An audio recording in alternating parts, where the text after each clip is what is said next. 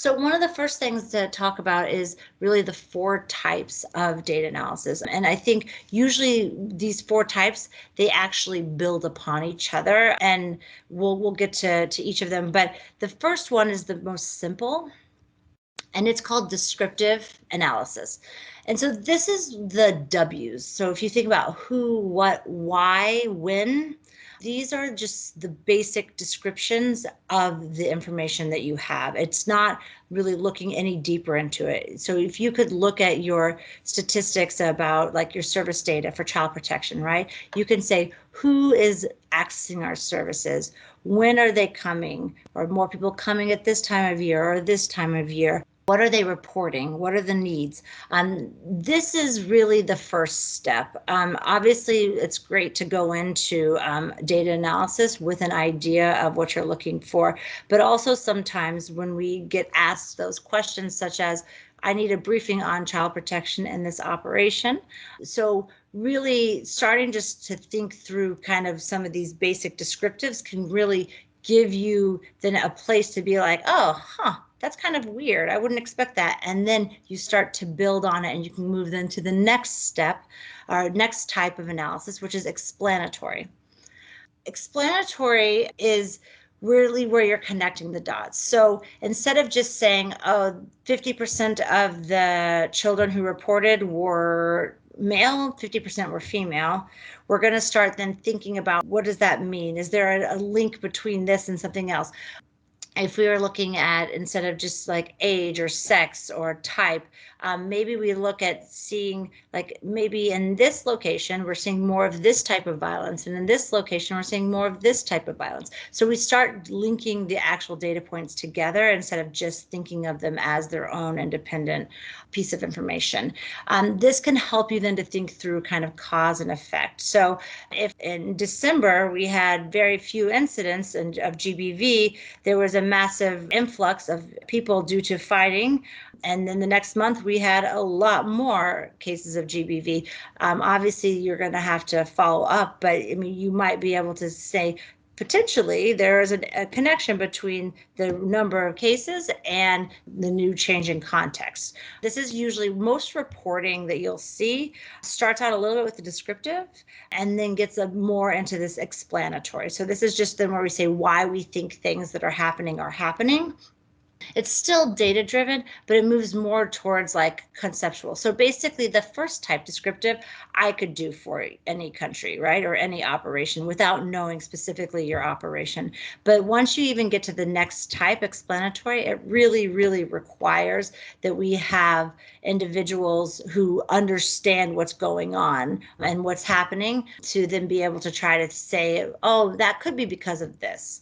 Again, it's still possible to do it a little bit without a clear understanding. If you understand the topic, like child protection or GBV, very well, you might have enough experience to be able to infer some things, but it's really the people on the ground that will have the best.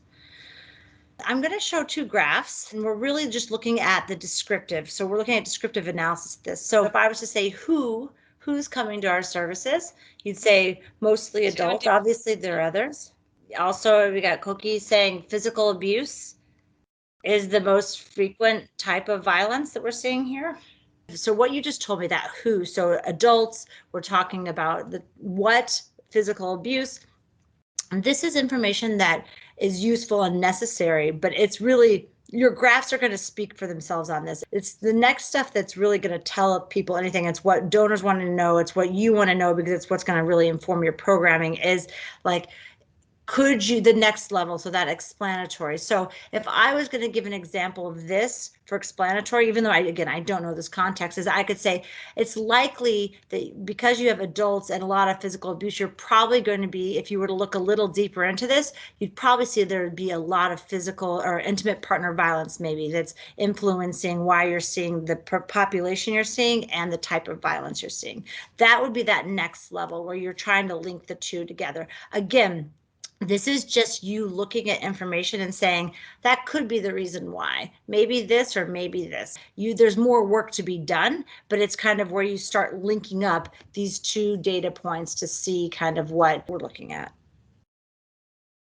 So then the next type is interpretive. So again, now we're getting even more. And so this is like kind of how you would, as you present a report or something, you would start out with those basics. You kind of talk about, well, this would probably be this, and then you start to interpret your information.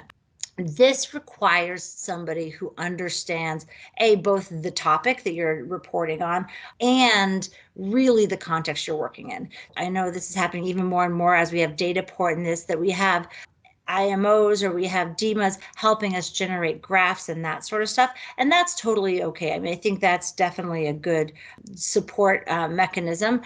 But this is where it gets away from their ability to do, like, this is where we all have to, as subject matter experts, have to step in and actually then take those graphs and look beyond that to then what we know. So what are we anecdotally hearing from people in the community? What do we know from our coordination? What are the 5 W's? This is where we draw in secondary data and we say, okay, this is telling us this. And we then also have seen this with other things, and you start to really kind of paint a broader picture. So it's moving beyond the data to contextualize. And then you also would say, so let's say you're finding something, right, in your data.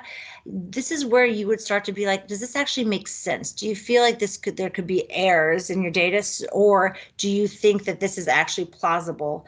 And then here as well, you would explain limitations to the analysis. So again, our ability to say, without doing like concrete research study where there's that extensive controlling and that sort of stuff, you're not going to be able to say this is caused by this. We can really triangulate our data together and kind of think, but you also, when you're interpretive analysis, you're also going to explain what are the limitations to your analysis. Is it possible that are there other explanations as well that could possibly be there, or what is still to be found out?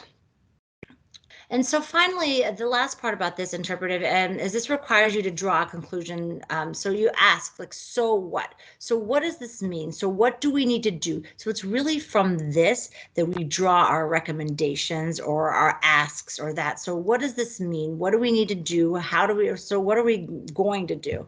Most of the time, for a lot of your analysis, really it's these first 3 types. So the descriptive, the explanatory, and then the interpretive that is really most of the time where we get at with the type of data that we have. Now, if you are an IMO or you are doing more advanced analysis as part of your work, then definitely you can probably get into this 4th type, which is forecast analysis.